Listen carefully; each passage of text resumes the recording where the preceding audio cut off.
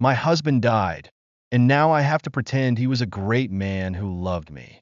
Hey Reddit, I'm not really sure where to begin with this one, but I just need to get it off my chest. My husband, Greg, passed away about 3 weeks ago. It was sudden, a heart attack at 48.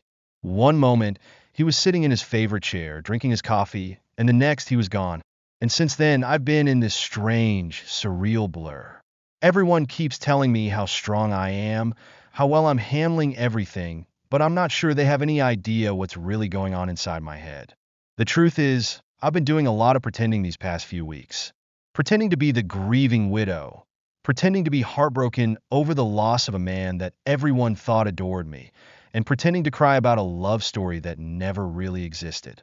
The thing is, Greg wasn't a monster, but he wasn't the loving, devoted husband that people seem to think he was either.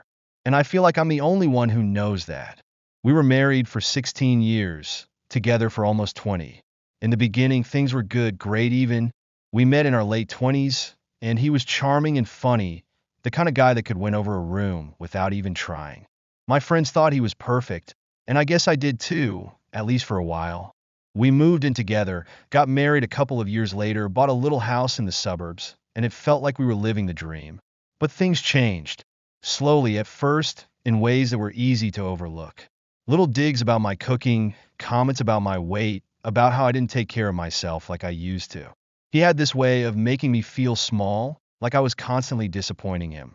He'd go out with friends without telling me, come home late, sometimes drunk, and if I ever brought it up, he'd make me feel like I was being unreasonable. You're too sensitive, he'd say, or I just need to blow off some steam. What's the big deal? It got worse after we had our son, Jack, about 10 years ago. Greg wasn't violent, but he could be so cold. He'd shut down, give me the silent treatment for days over the smallest things, like forgetting to pick up his dry cleaning or not having dinner ready on time. He made me feel like I was walking on eggshells, always worried about saying or doing the wrong thing.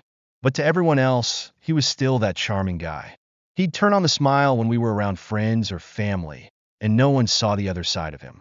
I thought about leaving more times than I can count, but it always seemed too complicated. How would I manage on my own? What would it do to Jack?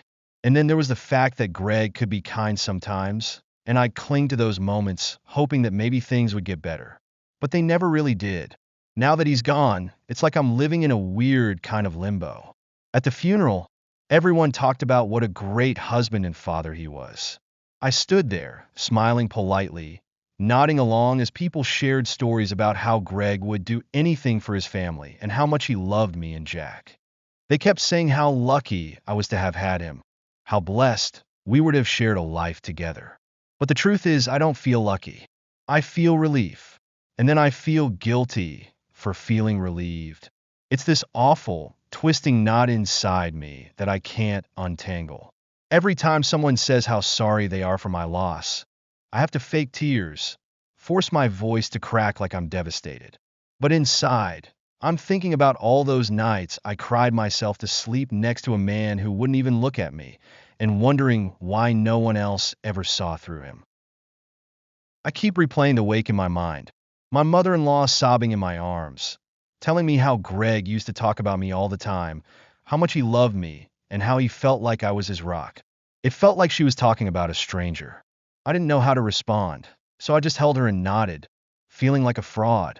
It's like there's this script I'm supposed to follow now, and I don't know how to get out of it. The neighbors have been stopping by too, dropping off casseroles and flowers, giving me sympathetic looks. One of them, Mrs. Abernathy, who lives across the street, told me, "You'll always have those beautiful memories to hold on to." But the memories that come to mind aren't the beautiful ones. They're of him ignoring me, of us fighting over stupid things, of me feeling more alone with him than I do now that he's gone. It's hardest with Jack. He's only 10, and he's struggling to understand why his dad isn't coming back. And even though I want to be honest, to tell him that his father wasn't the perfect man everyone says he was, I just can't bring myself to do it. He idolized Greg. He thought his dad was a hero, his baseball coach, the guy who taught him how to ride a bike. He doesn't remember the times Greg snapped at him over nothing, or the times he forgot Jack's birthday because he was out with friends. And I don't want to take that away from him, especially not now when he's already lost so much. So, I keep up the charade. I smile and nod, I thank people for their condolences, and I sit through the awkward silences when they tell me stories about how happy we look together. But inside, I feel like I'm suffocating under the weight of this lie. I don't know how long I can keep it up. There are moments when I feel like I'm going to snap, like I want to scream, "He wasn't who you think he was." But then I think about how much that would hurt his family and Jack, and I swallow it back down. It's not that I hate Greg. I don't think I ever really hated him, even at his worst. I think I just felt disappointed, like I married a man who turned out to be someone different than I thought, and I never quite figured out how to let go of that disappointment. Maybe that's why I feel so conflicted now, because in some ways, I did love him, or at least a version of him that I wished he could be. I don't know what I'm hoping to get out of posting this. Maybe I just needed a place to admit how I really feel without the fear of judgment. Maybe I'm hoping someone out there understands what it's like to feel relieved and guilty at the same time, to love someone and resent them all at once. I just know that I can't say this to anyone in real life. Not to my friends, not to my family, and definitely not to Jack. If you made it this far, thanks for listening. I feel like I've been carrying this weight for so long, and it's nice to just put it down for a minute. I don't expect any easy answers, but maybe it helps a little just to know that I'm not completely alone in this.